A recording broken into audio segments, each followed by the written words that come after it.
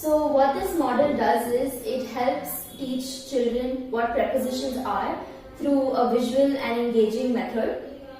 Contrasting colors have been used to create a visual ease for the children while learning. So what is a preposition? A preposition is a word placed before a noun or a pronoun which shows its relation with another part of the sentence. So how this works is, if we want to teach the children the ball is below the table, we can move the ball and place it under the table.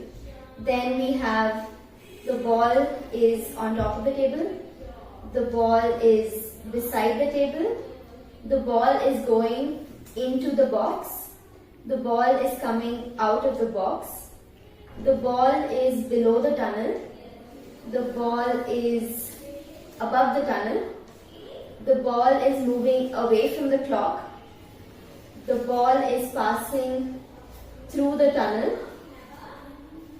Then we have the ball is moving up the stairs and the ball is moving down the stairs.